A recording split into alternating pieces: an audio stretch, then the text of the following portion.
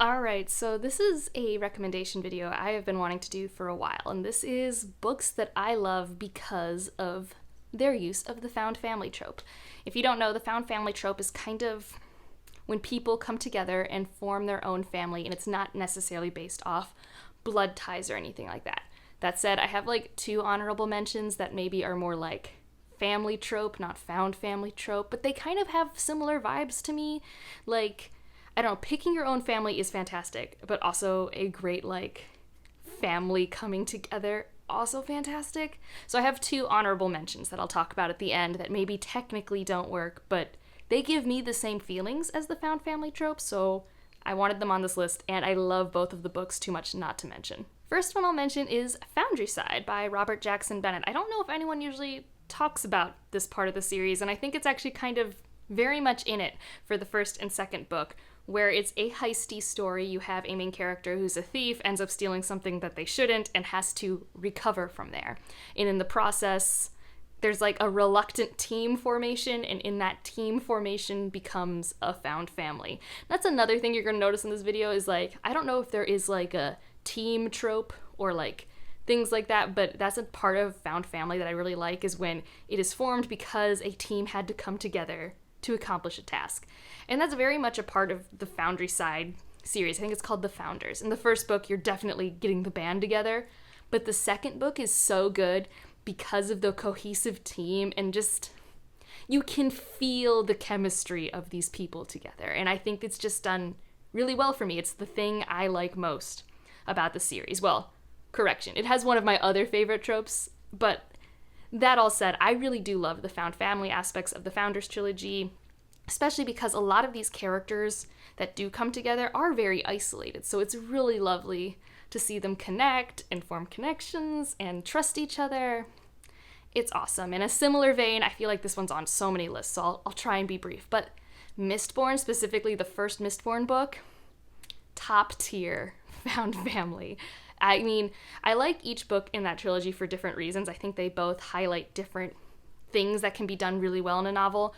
The first one, The Final Empire, has some of my favorite found family stuff, especially where you have Vin, who's an orphan in the street, who kind of gets taken in by this crew. Again, it has a heist. I feel like heist stories really lend themselves to found family, because I have not read Six of Crow, but I feel like Six of Crow is always on this list, and Six of Crow is always also a heist.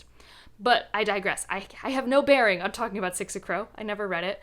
But Mistborn, like, again, we have Vin coming into this group. She was always very isolated before, and like watching trust form, just seeing like the nice banter between characters when they're in a good team setting. That's some of my favorite stuff. Like, I love a good banter.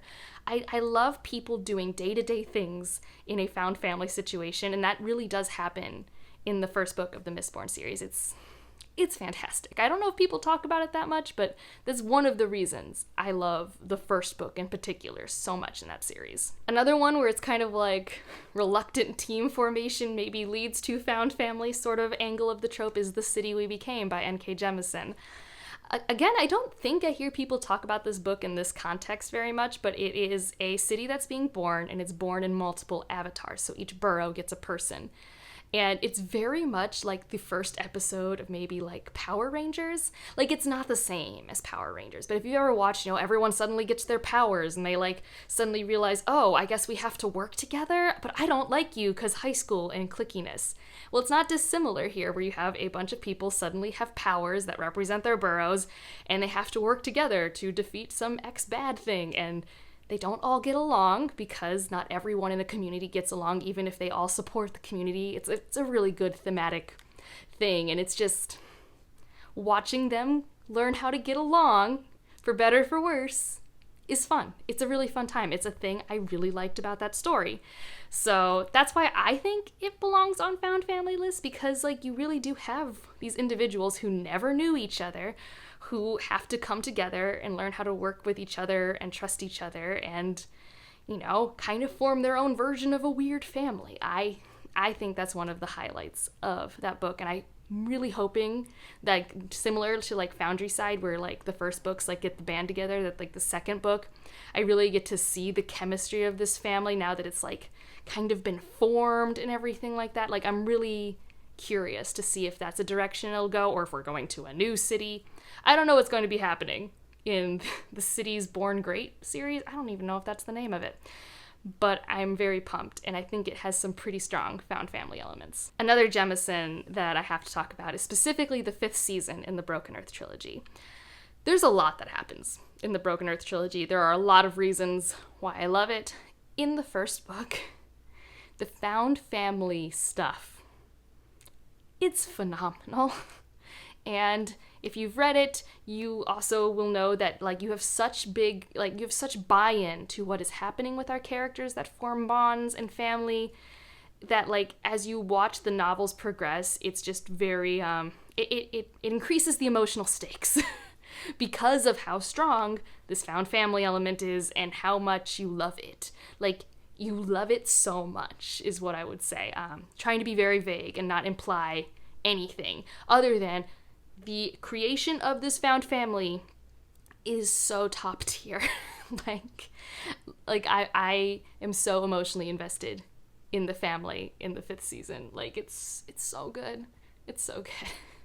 So, that's 2 books where Jemison does it great. And I guess, I already mentioned one, Sanderson. Sanderson also keeps doing found family very well. It's probably why these 2 authors tend to be my favorites. In The Way of Kings. In The Way of Kings, you have this group of people who literally cannot be more down on their luck. And they kind of form together, form camaraderie to try and survive. That's a thing that happens.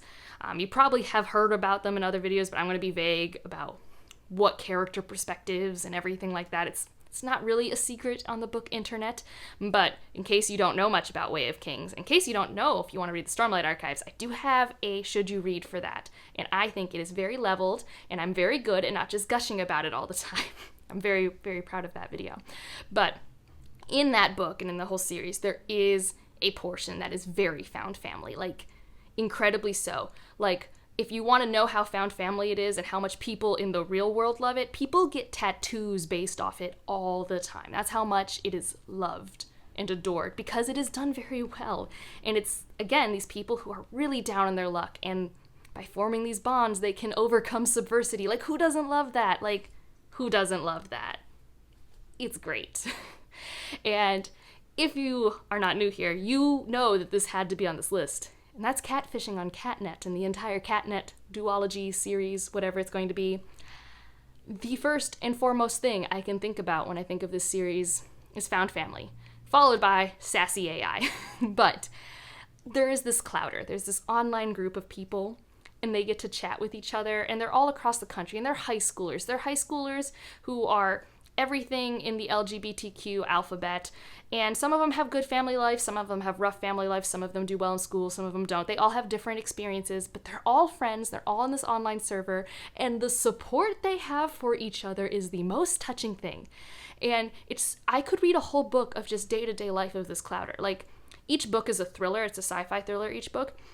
I don't even need there to be a thriller part. I am always so invested in any online chapter. All of them are my favorite things. It's probably my favorite found family. Maybe hands down, for sure. So I'm just saying, if you love found family, Catfishing on Catnet must be on your list of things to consume. Another science fiction that I really like, and it's kind of, again, one of those, we have a team of people and they're with each other for a long time, and that's why it's a found family, and I love watching them interact. And that's The Best of All Possible Worlds by Karen Lord. Especially because parts of this team no longer have a planet anymore. Their planet is no longer habitable, and so they come to this other planet and they work with scientists and politicians there to figure out how they will basically coexist on this planet, keep their culture and ideals good, but also, coexist. And they're traveling the planet to figure out, where's the best place, etc. And this team is going, and half the team's from this planet and half the team's from this other one. And it's so interesting because there's so much cultural differences, but also so much respect. And I love them. That was one of my favorite parts of reading that book, is just this team of people who are different but respectful, just traveling and exploring. It it was phenomenal. Can you tell I love the found family trope? I feel like every book I'm like, it's fantastic, it's phenomenal. I need more words. This is why I'm not a writer. I have like a thesaurus of like 3 words. Like I don't have many other ones. Another one that I don't hear talked a lot about, but I think that's just because a lot of people don't like the series, or maybe they don't get to the part in the series where it's really fantastic, but this is the Lightbringer series by Brent Weeks. So the Lightbringer series is always interesting to talk about. It's definitely one that has a harder magic system, and it's one that for sure, like, if there are certain things you don't like written out to you in terms of character descriptions, you might not like. All bodies are not sexually described, but very physically described. It's one of those authors where you definitely know how tight someone's clothes are, but it's for women and men. Like, it's an equal opportunist, very visual story in terms of character descriptions. And there is a main character who has a lot of internalized fat phobia. But on page, that's not seen to be a good thing, and I know that's a big one that people don't like in the series, but it's not like the author says this is a good thing for the character to think, and that character's arc over the 5 books is one of my favorite character arcs. And it's in one of these characters' arcs that he has a found family. And it starts in the first book, and you get to see the evolution of this found family through 5 books. And it's so good. Like, I keep saying that about every found family, but that's the reason why if I reread the Lightbringer series, that's why I'm rereading it. Like, there's a lot of cool twists and turns, the magic system's awesome, I think it's one of the more satisfying books with the pacing that it has for me, but the reason that I would feel nostalgic and want to reread it is because I want to see that found family, especially knowing the arc that I do, because it's not perfect. It's like a lot of these that I talk about where it's not like you come together and everything's like a perfect click. Not everything can be the Clouder from Catnet. So it's messy, it's jumbled, but you just see it evolve and keep going. And it's so satisfying. I really enjoy it. So I know I never talk about the Lightbringer series, but I really like it. It is always behind me.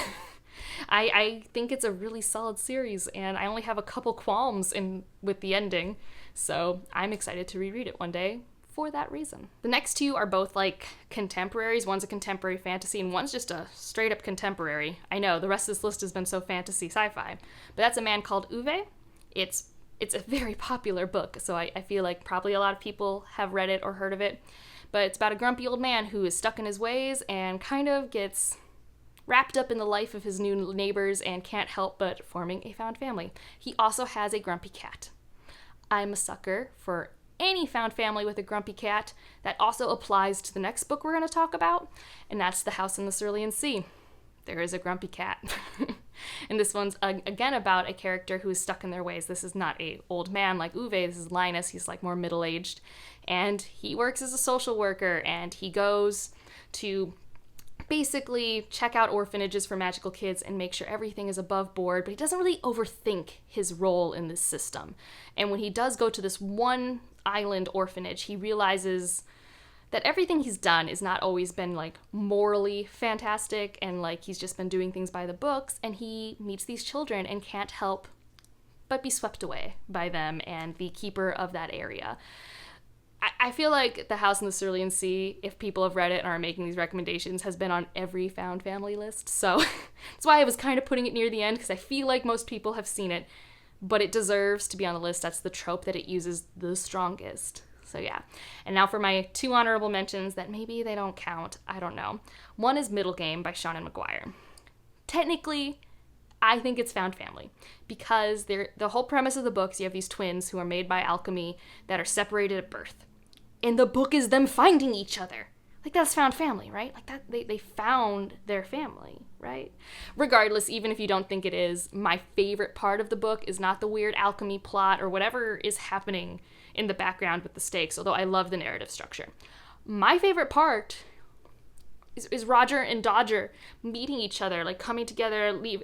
Their relationship is my favorite thing. It's what I still think about. Like, I don't know how to explain it, but when I read their relationship, I was reminded of like having my best friend growing up, and like how we have been close and been apart and come close again, and how like these relationships are so powerful. And I loved that emphasis on powerful platonic relationships. So for that reason, I think of it in the found family lens, but technically it's not a found family in that these are strangers forming a family, although they're strangers to each other. So I think it counts. But in case, if we're being purist, it might not. And then the other one is Starland by Rivers Solomon. Well, so this one, it has one small part that's, actual found family that, makes my heart weak. Where I'm like, oh my god, I love everything happening in this section. Oh my god, I'm so soft. But also the family elements. The start of the book is Vern has 2 kids in the forest, and it's the 3 of them surviving in the forest. It's a great family dynamic. It's not traditional, but it's still full of love and respect. And then add in the actual found family parts later, which are lesser than I think the actual mother-kid relationship. That's the highlight theme of the story, which is why I put it more in honorable mention, because it's definitely more an emphasis on child-parent relationship. That's more of a biological basis, I guess, for the story. But there is found family stuff that happens, and it does make me weak. I think about them so fondly up to this point. So that's my list. I mean, I could keep going forever. When I first made this list, it had so many books on it, so I might do another one later. And if you check out the community tab, I'm going to be asking for all of your found family recommendations. And I'm going to be putting together a list of books that I haven't read, or maybe books that I didn't mention on this list that you guys come up with. And I will make a video on that, because I think that would be fun to see what you guys think are found families, and put some on my TBR, or shout out some that I have read but I just didn't have time to mention or forgot about. And you can leave those in the community tab comments or the comments down below here. I will look at both of them. And if you want to just leave an emoji to let me know you're here. I don't know, they have always those emojis of the 2 people and kids and stuff. You can make any variation on that you want, or put a cat, because we talked about grumpy cats. So that's fine with me, either or. And if you liked it, subscribe if you want to, and I'll see you in the next one. Bye.